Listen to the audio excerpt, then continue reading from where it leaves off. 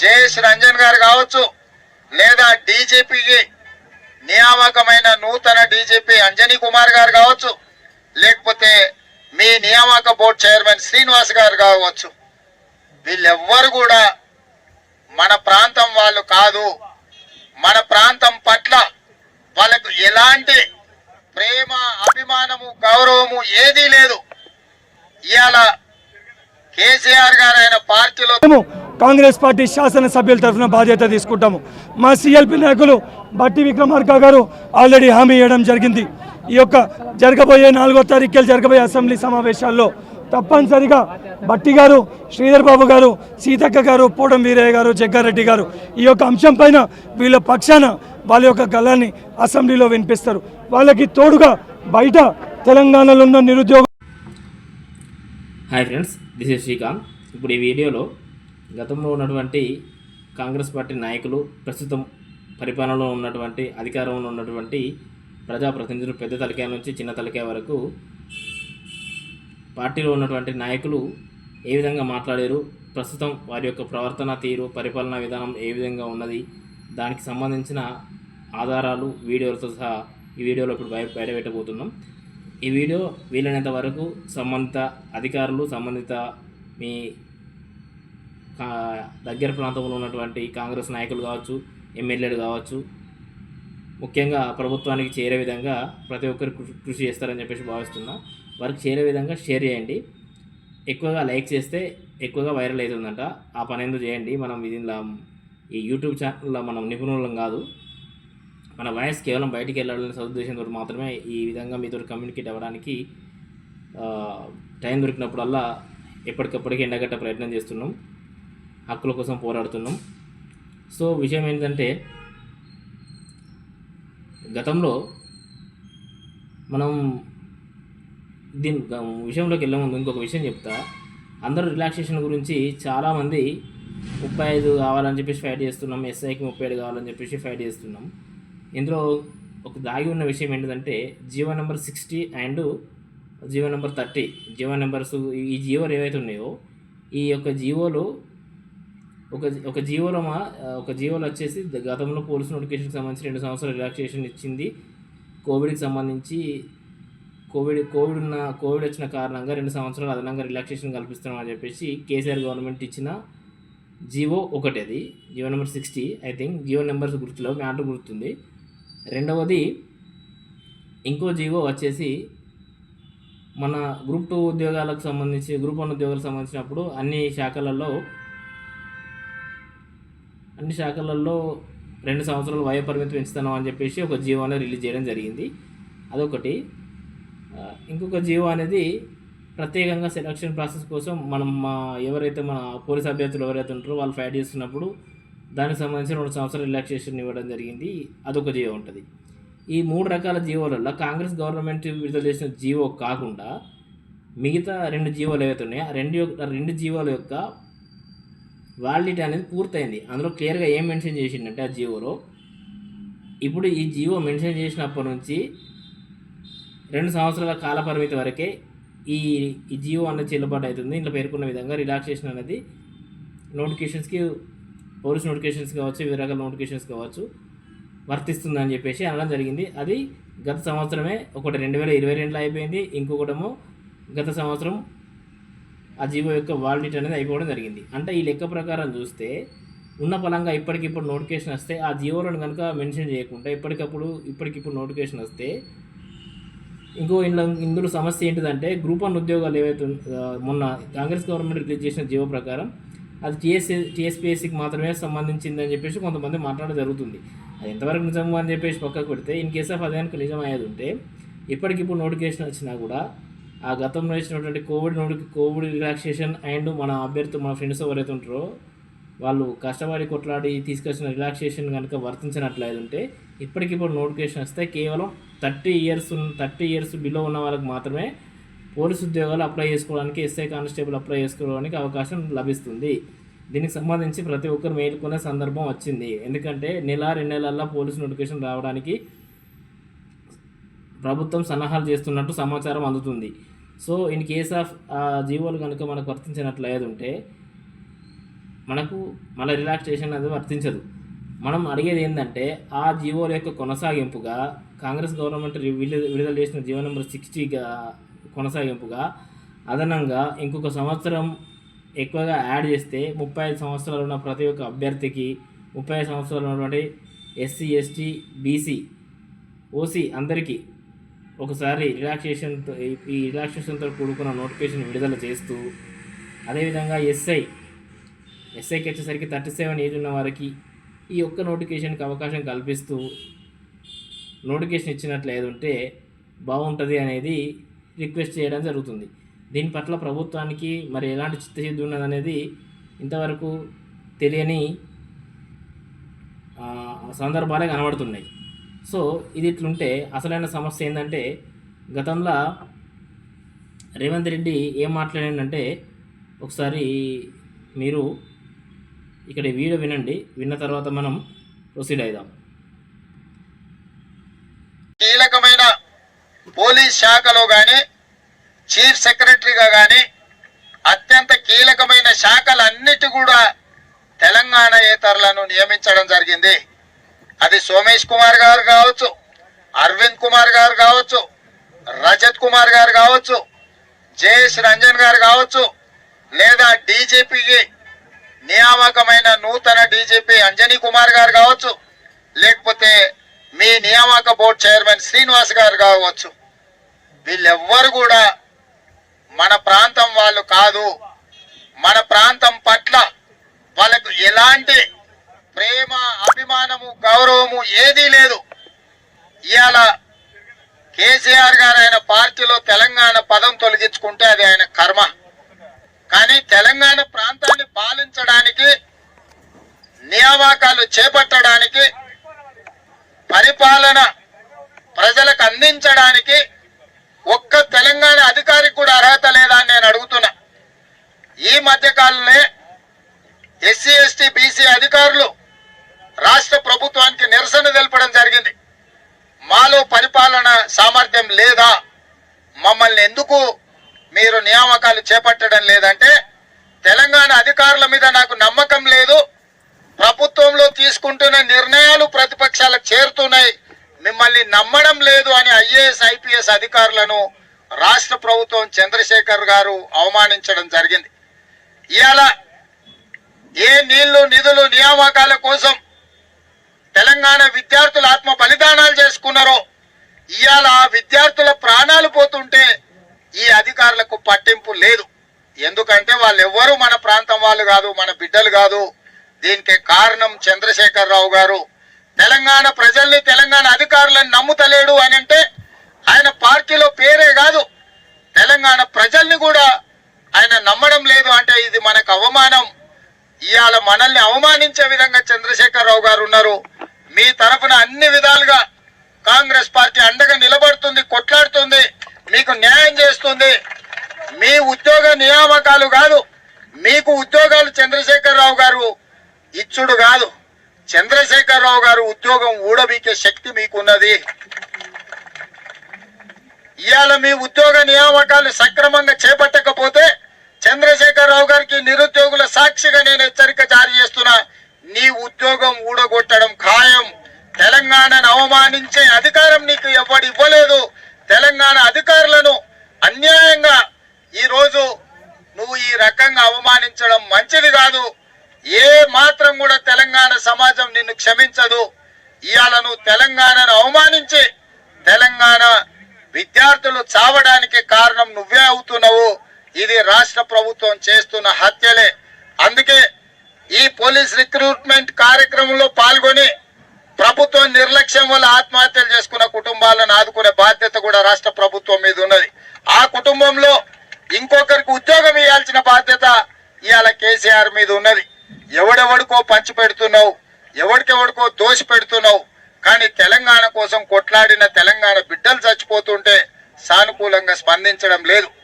నీ అల్లుడు హరీష్ రావు ఎమ్మెల్యే కాకుండా మంత్రిని చేసినావు, మర్చిపోయినావా చంద్రశేఖర్ రావు? నీ కొడుకు ఏమి చేయకపోయినా అక్కడ ఉద్యోగం చేసిన సిరిసిల్ల సీటు నీ కొడుకు ఇచ్చుకున్నావు. నీ బిడ్డను నిజామాబాదు ప్రజలు బండకేసి కొడితే ఓడగొడితే మళ్ళీ ఎంబడే ఉద్యోగం ఇచ్చుకున్నావు. నీ బంధువు వినోదరావును ప్రజలు తిరస్కరిస్తే మళ్ళీ నువ్వు ఉద్యోగం ఇచ్చుకున్నావు. అంటే నీ కుటుంబంలో ప్రజలు తిరస్కరించి బండకేసి కొట్టితే ఎంబడెంబడే వాళ్లకు మళ్ళీ దొడ్డిదారిన ఉద్యోగాలు ఇచ్చుకున్నావు. మరి నేను అడుగుతున్నా, ఈ ఉద్యోగాల కోసమే ప్రాణాలను కళ్ళల్లో పెట్టుకొని తల్లిదండ్రులు గ్రామాల నుంచి రూపాయి కూడబెట్టి ఉస్మానియా యూనివర్సిటీకి పంపించి పీజీలు పిహెచ్డీలు చదివిస్తే వాళ్ళు ఇలా పెద్ద ఉద్యోగాలు దొరకకపోవడం వల్ల చివరికి కానిస్టేబుల్ అన్నాయి ఉద్యోగం తెచ్చుకొని ఊరికెళ్ళి గౌరవంగా బ్రతుకుదాం, కూలీ నాలి పనులు చేస్తున్న తల్లిదండ్రులను బ్రతికించుకుందాం అనుకుంటే ఇవాళ ఆ అవకాశం కూడా లేకుండా నువ్వు చేస్తున్నావు. చంద్రశేఖరరావు, నీకు ఈ నిరుద్యోగ యువకుల ఉసురు తగులుతుందని చెప్పి నేను ఈ సందర్భంగా హెచ్చరిక జారీ చేస్తున్నా. కాబట్టి ఇవాళ ఈ రిక్రూట్మెంట్ బోర్డు చైర్మన్ గా కూడా తెలంగాణ అధికారిని నియమించాల్సిందిగా కాంగ్రెస్ పార్టీ డిమాండ్ చేస్తుంది. డీజీపీగా కూడా తెలంగాణ బిడ్డను నియమించు, చీఫ్ సెక్రటరీగా కూడా తెలంగాణ బిడ్డను నియమించు. మా తెలంగాణ బిడ్డలు చీఫ్ సెక్రటరీగా డీజీపీగా ఉంటే మా సమస్యలు తక్షణమే పరిష్కరించే వాళ్ళు, మేం చెప్పే విజ్ఞప్తులను వాళ్ళు వినేవాళ్ళు. ఇవాళ తెలంగాణ వాళ్ళు లేకపోవడం వల్ల మా ఆవేదన, మా దుఃఖం, మా చావులను పట్టించుకునే పరిస్థితులు రాష్ట్ర ప్రభుత్వంలో లేవు. ఇక నేను అందుకే నిరుద్యోగ యువకులకు విజ్ఞప్తి చేస్తున్నా, చంద్రశేఖరరావు ఇంకా మారడు. 8 ఏళ్ళు చూసినాం, ఇక మార్చాల్సిన సమయం వచ్చింది. ఆ దిశగా యువకులందరూ కూడా నడుం బిగించాల్సిందిగా కోరుకుంటూ మీ పోరాటంలో ఎప్పటికీ కాంగ్రెస్ పార్టీ అండగా నిలబడుతుంది. భవిష్యత్తులో మీకు ఈ రోజు జరిగే నష్టాన్ని పూడ్చడానికి అవసరమైన ప్రభుత్వ పరిపాలన కార్యాచరణ కూడా కాంగ్రెస్ పార్టీ చేపడుతుందని తెలియజేస్తున్నాను. మళ్ళొక్కసారి మీకు అండగా నిలబడతామని తెలియజేస్తున్నాను. ధన్యవాదాలు మిత్రులారా. థ్యాంక్ యూ అన్న. వీడియో విన్నారు కదా, ఏమంటున్నారు రేవంత్ రెడ్డి? ఆంధ్ర అధికారులు ఇక్కడ ఈ తెలంగాణ ప్రాంతంలో తెలంగాణ వచ్చినప్పటికీ ఆంధ్ర అధికారులు ఇక్కడ అధికారం చెలాయిస్తున్నారు, ఏంది సంగతి అని అంటారు. ఈ సందర్భం ఎక్కడంటే, మనం గతంలో లాంగ్ జంప్ ఇష్యూ జరుగుతున్నప్పుడు అసెంబ్లీలో కాంగ్రెస్కి సంబంధించిన ప్రతి ఎమ్మెల్యే ఇది అన్యాయం అని చెప్పేసి మాట్లాడడం జరిగింది. అదే సందర్భంలో రేవంత్ రెడ్డిని కూడా కలుస్తున్నప్పుడు ఈ ఆంధ్ర అధికారిని పెట్టడం ద్వారానే ఈ రకంగా తెలంగాణ అభ్యర్థులకు నష్టం జరుగుతుంది, ఆంధ్ర అధికారిని టీఎస్ఎల్ఆర్బి చైర్మన్గా తక్షణమే తొలగించి కొత్త చైర్మన్ పెట్టి రిక్రూట్మెంట్ ప్రాసెస్ అనేది కొనసాగించారని చెప్పేసి మాట్లాడడం జరిగింది.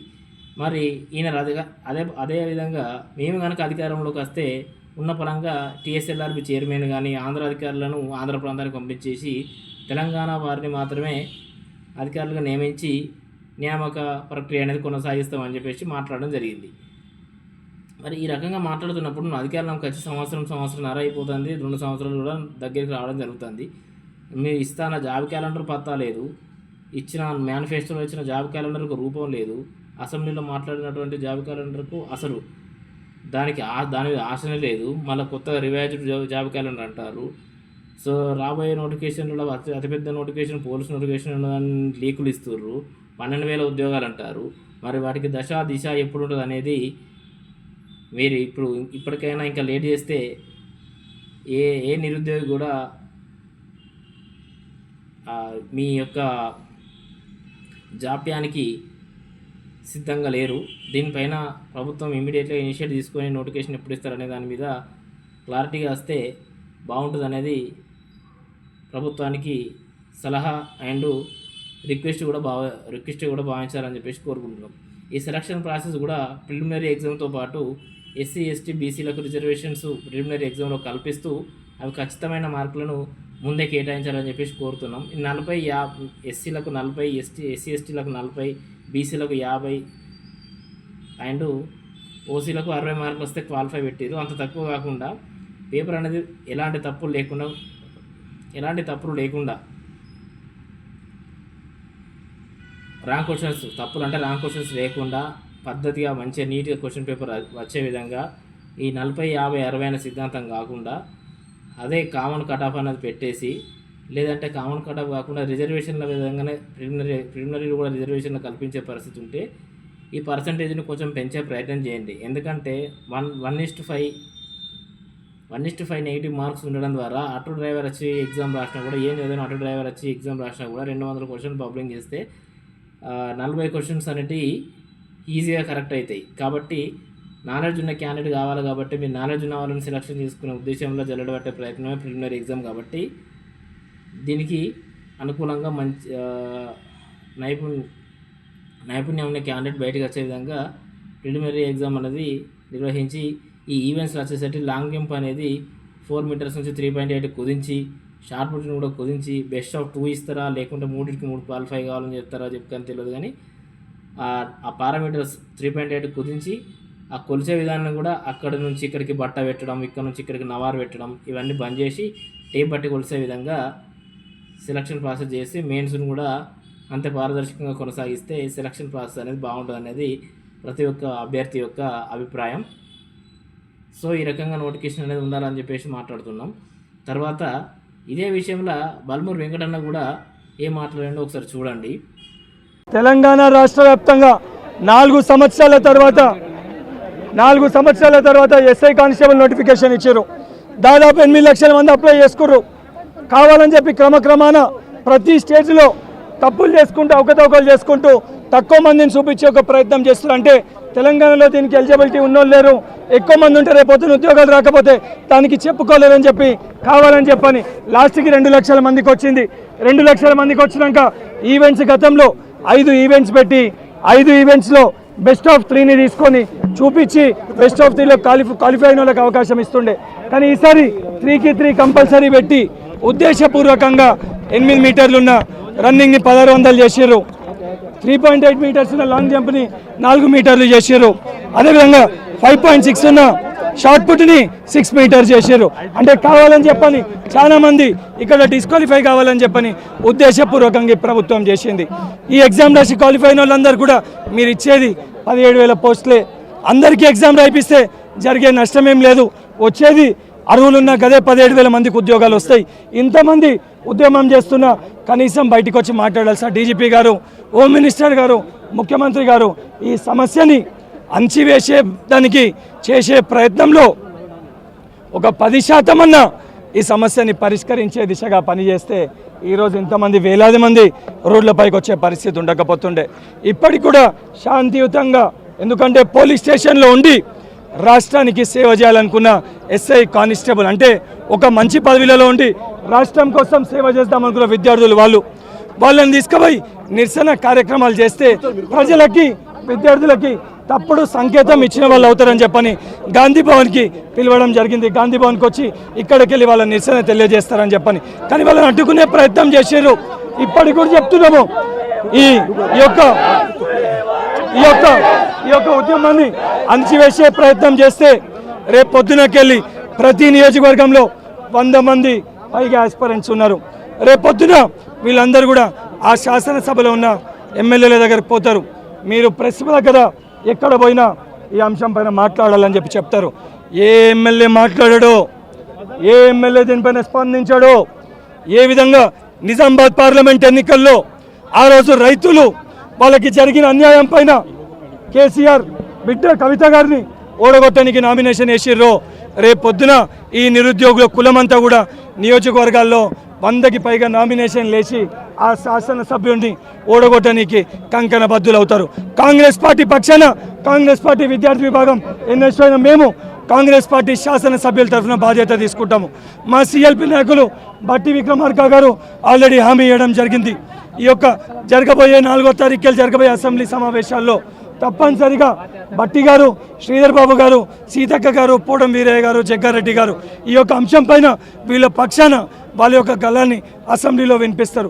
వాళ్ళకి తోడుగా బయట తెలంగాణలో ఉన్న నిరుద్యోగ కులమంతా కూడా వాళ్ళ గళానికి బలపరిచే విధంగా బయటన నిరసన కార్యక్రమం మేము తెలియజేస్తాము. ఏమైతుందిలే, పోలీసులని పెట్టి అడ్డుకుంటాము, కేసులు పెడదామని అనుకుంటే 50 మంది పైన పెడతారు, 100 మంది పైన పెడతారు, 300 మంది పైన పెడతారు. 500 మంది రోడ్లు ఎక్కితే, 5,000 మంది రోడ్లు ఎక్కితే, 100 మంది 1000 మంది రోడ్లు ఎక్కితే 100 మందిని అయితే ఆపుతారు. 1000 మంది తిరగబడితే తెలంగాణ మలిదశ ఉద్యమం మొదలవుతుంది. ఆ రోజు రాష్ట్రంలో మా ఆత్మగౌరవం, మా ఉద్యోగాల కోసం మేము పోరాడినాం. ఈరోజు మళ్ళీ అదే ఆత్మగౌరవాన్ని అణిచివేసే ప్రయత్నం చేస్తున్నారు. మలిదశ ఉద్యమం మొదలవుతుంది. ఈ గాంధీ భవన్కి వెళ్ళి రాష్ట్ర ముఖ్యమంత్రికి ఇదే మా హెచ్చరిక. రాష్ట్రంలో ఎక్కడ లేని విధంగా ముఖ్యమంత్రి ఇక్కడ అందుబాటులో లేడు కాబట్టి ఆయన విగ్రహాన్ని ఆయన దిష్టిబొమ్మని గాంధీ బొమ్మ ముందు పెట్టి వీళ్ళ బాధ ఆవేదన తెలియజేస్తారు. మీడియా మిత్రులకు కూడా చేతులు జోడించి వేడుకుంటున్నాం. వాళ్ళు చెప్పే ఒక విన్నపాన్ని మీరు దృష్టించి మీరు దాన్ని కవర్ చేసి ఈ రాష్ట్ర ముఖ్యమంత్రికి ఈ ప్రభుత్వంలో ఉన్నవారికి తెలియజేసే విధంగా మీరందరూ చూపించాలని చెప్పి కోరుకుంటున్నాం.